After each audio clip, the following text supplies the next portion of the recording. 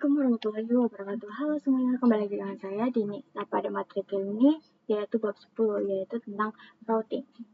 Ada beberapa materi yang akan saya jelaskan. Yang pertama adalah pengenalan router, konsep klasifikasi router.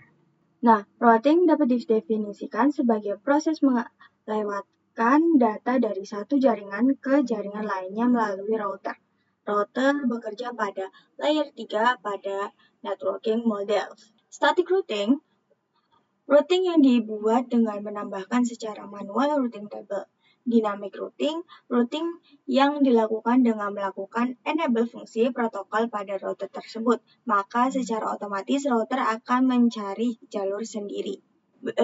Pada router table, berisi informasi mengenai router ke jaringan atau networking tertentu. Berisi nilai prioritas atau metrik dari masing-masing router. Rute tablet berbentuk dari 1. Semua rute yang berasal dari dynamic routing protokol. 2. Semua rute untuk network yang directly connect-nya ke router. Yang ketiga, konfigurasi tambahan atau static router. Untuk IGP vis EGP, Interior Gateway Protocol, digunakan pada Internet Autonomous System Routing.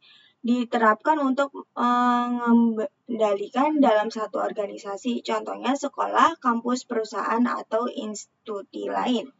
Exterior Gateway atau protokol digunakan pada Inter Autonomous System Routing. Diterapkan untuk mengendalikan administrasi yang berbeda atau bisa digunakan dalam internet. Contoh ISP ke ISP, perusahaan ke ISP atau kampus ke ISP. Contoh protokol IGP Distance Vector Routing Protocol 1, RIP V1, RIP V2, IGRP, Link Static Routing Protocol, OSPF, ISIS, Hyper Routing Protocol, ada EIGPR, contoh protokol EIGP adalah BGP. Oke teman-teman, kita masuk materi yang kedua yaitu pengenalan router, routing table, dan router flag. Router table yaitu berisi informasi. Pada router table bisa dilihat di create flag, di router flag, simbol-simbol yaitu D sama dengan dynamic, A sama dengan aktif, C sama dengan connected, S sama dengan static, O sama dengan OSPF, R sama dengan RIP, B sama dengan BGP, M sama dengan MME, dan lain sebagainya. Di sini juga ada DAC, Dynamic Router Conference. Itu otomatis karena ada interface yang terkolok pada router. Kemudian ada AS atau Autivis Attic, dilakukan konfigurasi secara manual. Ada juga DAO dan lain sebagainya. Oke, materi yang selanjutnya ada routing static atau pendahuluan static routing. Static routing digunakan dalam beberapa situasi tertentu tergantung pada kebutuhan spesifik dan karakteristik dari jaringan yang dikelola. Anggaplah Anda memiliki sebuah perusahaan dengan kantor pusat dan beberapa kantor cabang. Setiap kantor cabang terhubung ke melalui jaringan WAN. Anda ingin menentukan jalur khusus untuk lalu lintas kantor cabang ke kantor pusat. Dalam hal ini, routing dapat digunakan. Ada juga static routing. Static routing dibuat dengan cara menambahkan jalur manual ke router table. Pada static router, perlu menambahkan parameter routing atau DST, address, dan gateway secara manual ke dalam routing table. Ada juga IP, router, dan juga ADD. Rumus atau command mau kemana lewat mana.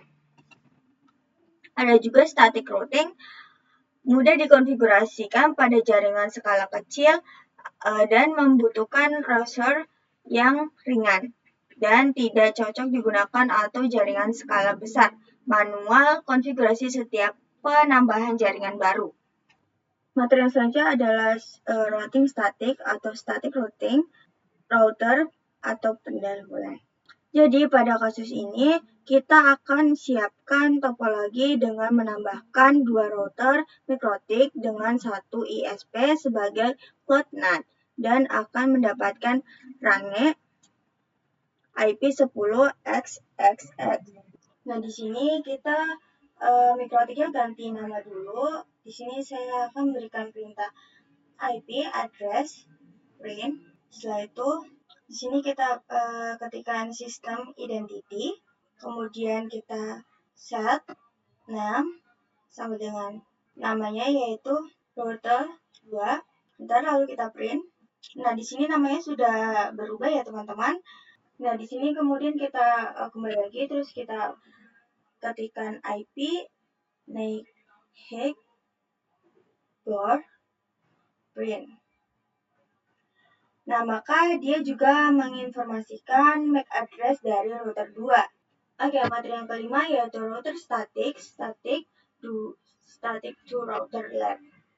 Nah, jika kita ingin cek IP dari read-nya, di sini kita coba IP address pinat NAT. Nah, di sini kita bisa pergi ke CMD, lalu ketik router add 10.10.37.0. Terus max-nya 255.255.255.0.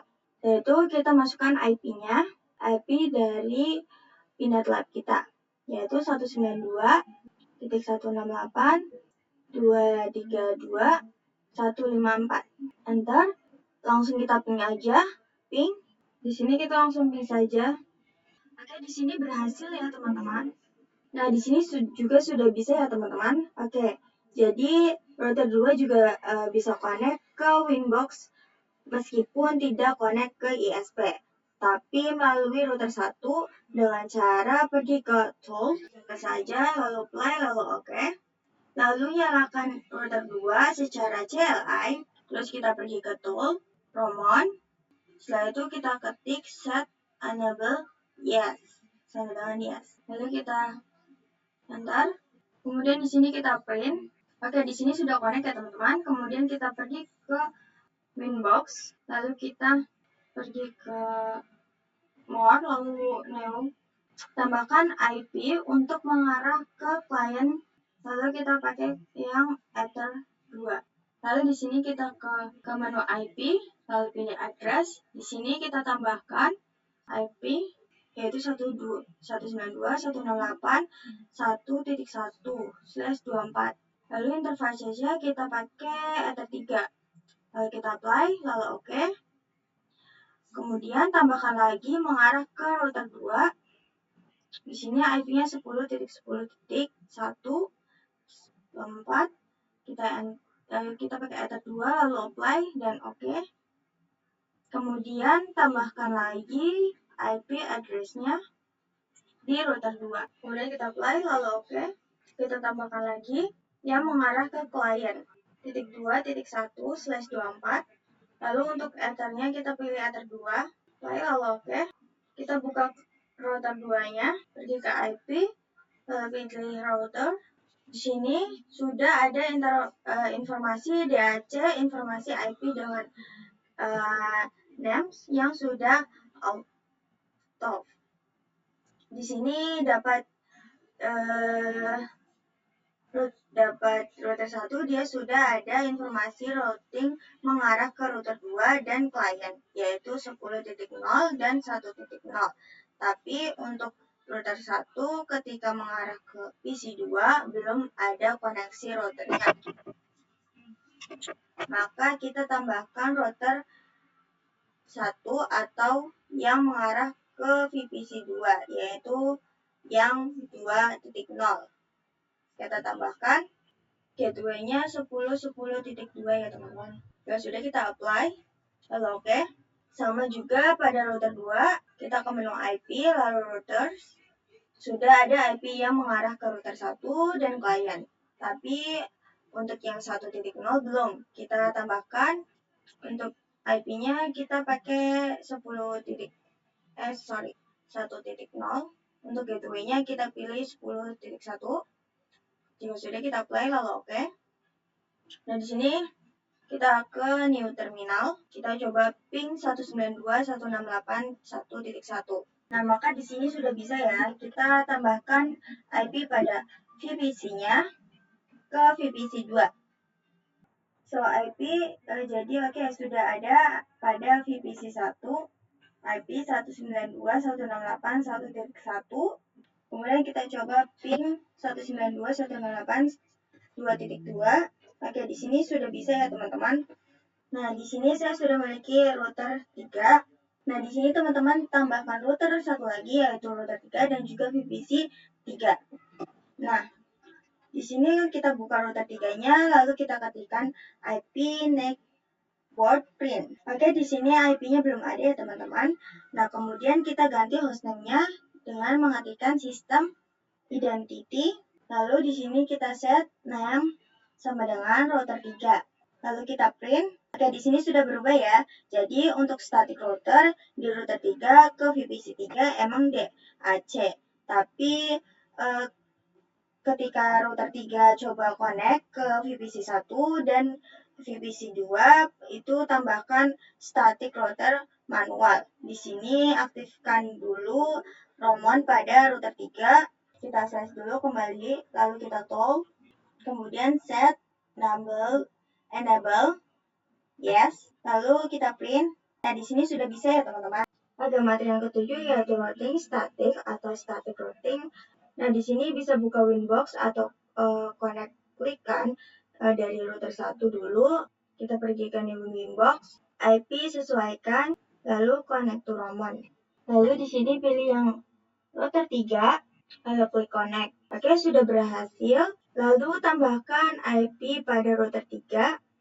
Kita ke menu IP, lalu address, lalu kita tambahkan IP-nya yaitu 192.168.3.1. Di sini juga kita tambahkan lagi 10.20.20.2.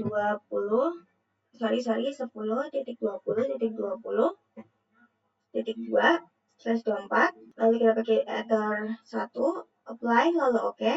Kemudian tambahkan IP di router 2 yang mengarah ke router 3. Lalu kita pilih ether 3, lalu apply, lalu oke. Lalu kita buka terminalnya. Kita ping 10.20.20.2. Oke, di sini sudah bisa ya teman-teman. Kemudian kita buka router 3-nya. Kemudian kita pilih ke menu IP, lalu pilih routers. Di sini kita tambahkan, lalu gateway-nya yaitu 10.20.20.1. Lalu kita apply dan oke. Tambahkan lagi dengan IP 10.10.0. Dengan gateway sama yang seperti tadi, 20.1. Lalu apply dan oke. Buka router 1, apply lalu oke. Tambahkan lagi di sini kita ke router 1, lalu ke menu IP, lalu ke router, lalu kita tambahkan 10.20.201. Kita apply, lalu oke. Kita tambahkan lagi, apply lalu oke. Kemudian di sini kita ke router 2, ke menu IP, lalu ke router. Di sini juga kita tambahkan lagi dengan IP 192.168.3.0 dengan gateway 10.2. Kemudian kita pergi ke router 2, kita nyalakan PC 3-nya. Di sini kita IP, lalu kita show IP. Nah, kemudian di sini kita bisa ping 192.168.3.2. 3.2. Nah, di sini dia sudah bisa. Kemudian saya akan jelaskan istilah CPR, yaitu digunakan untuk memperlihatkan Oke, lanjut ke materi yang ke-8 yaitu router static router for router. Saya sudah menambah router 4. Nah, di sini kita bisa ganti hostname-nya menjadi router 4. Di sini kita ketikkan saja sistem identity sama dengan router 4. Lalu di sini kita print. Nah, di sini sudah keganti ya teman-teman. Kemudian kita aktifkan romannya. Tool, set, and double yes. Lalu di sini sudah ya teman-teman, kita print. Di sini lanjut materi yang ke-9 yaitu routing static. Static routing. Lalu di sini kita tambahkan. Lalu kita di sini ketikkan 10.30.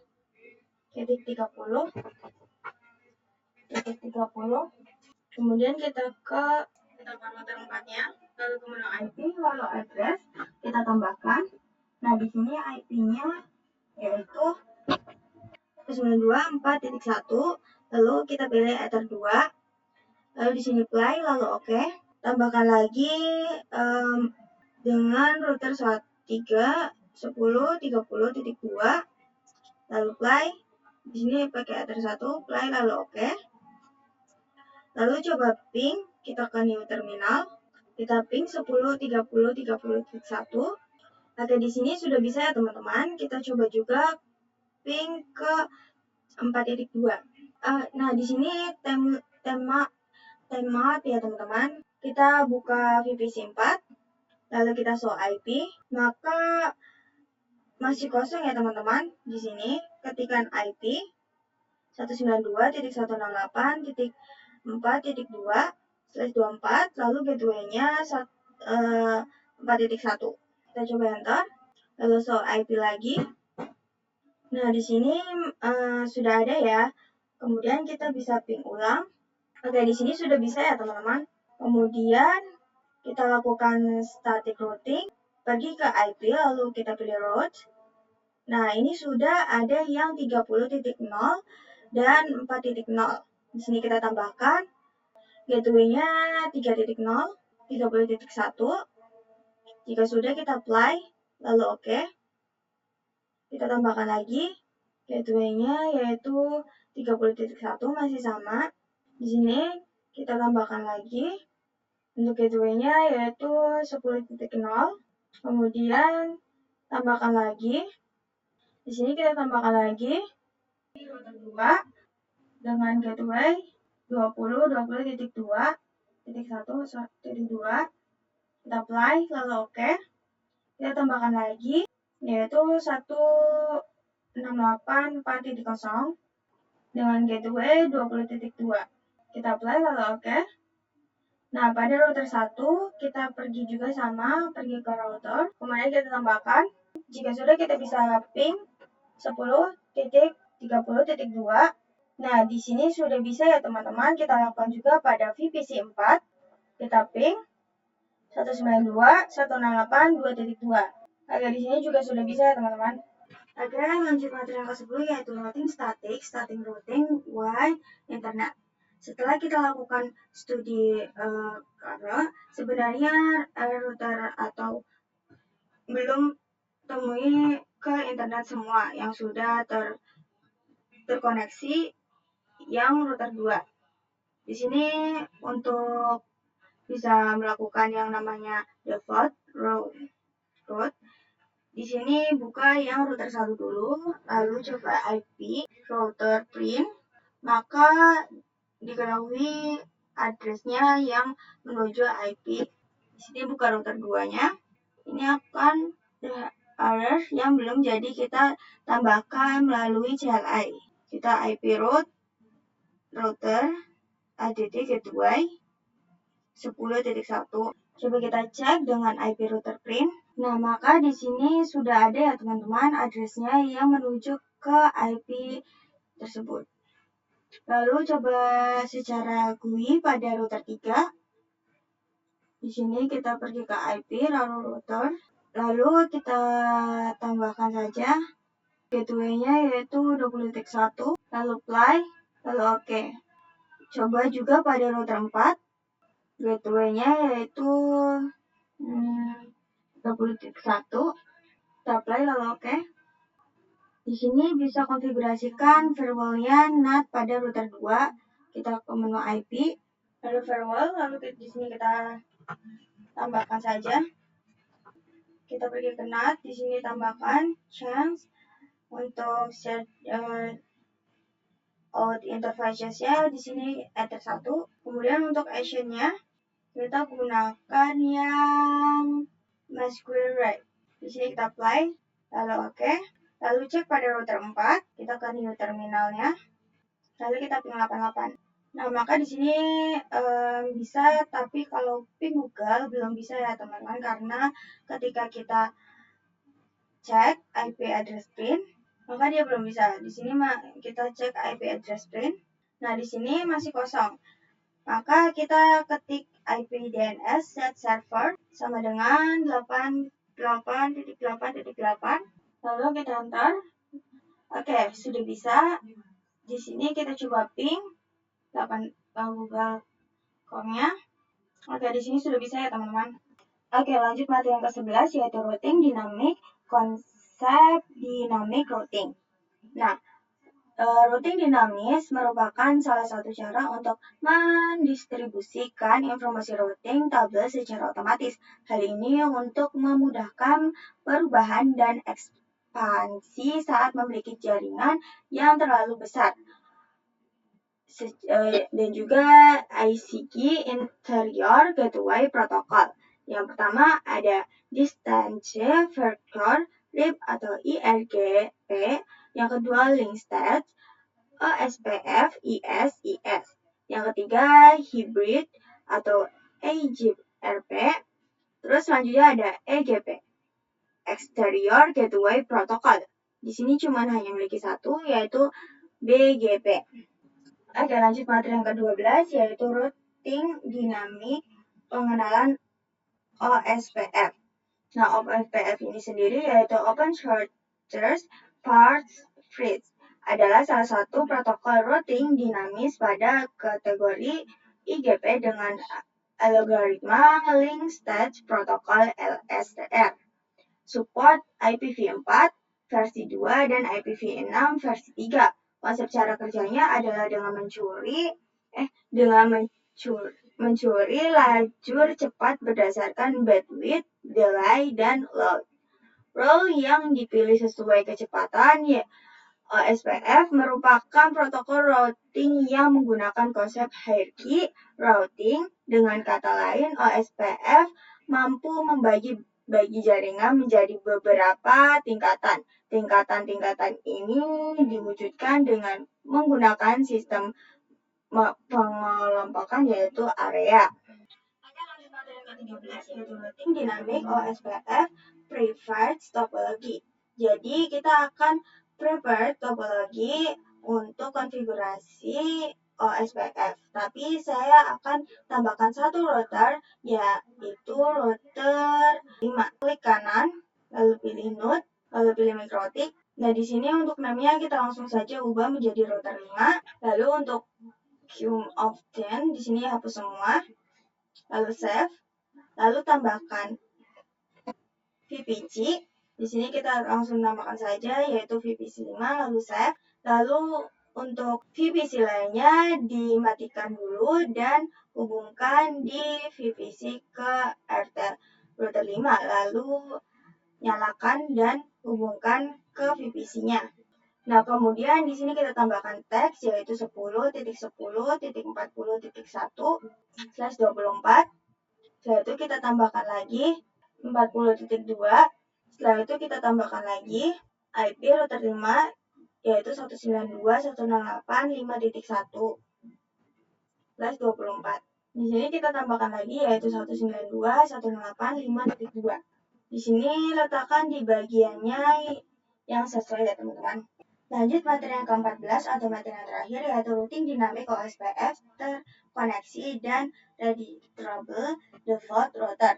Di sini kita pergi ke Winbox, lalu di sini kita double static IP router, lalu di sini AS kita disable saja semuanya. Nah, di sini kita pergi ke new terminal, lalu kita pergi ke IP, lalu ke routers. Nah, di sini AS-nya pun kita disable saja.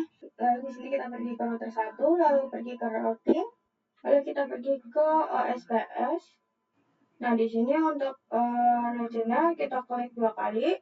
Kita pergi ke OSPF, di sini kita pergi ke interfaces, lalu di sini untuk address defaultnya kita ubah menjadi flash S tipe 2. Jika sudah kita apply lalu oke.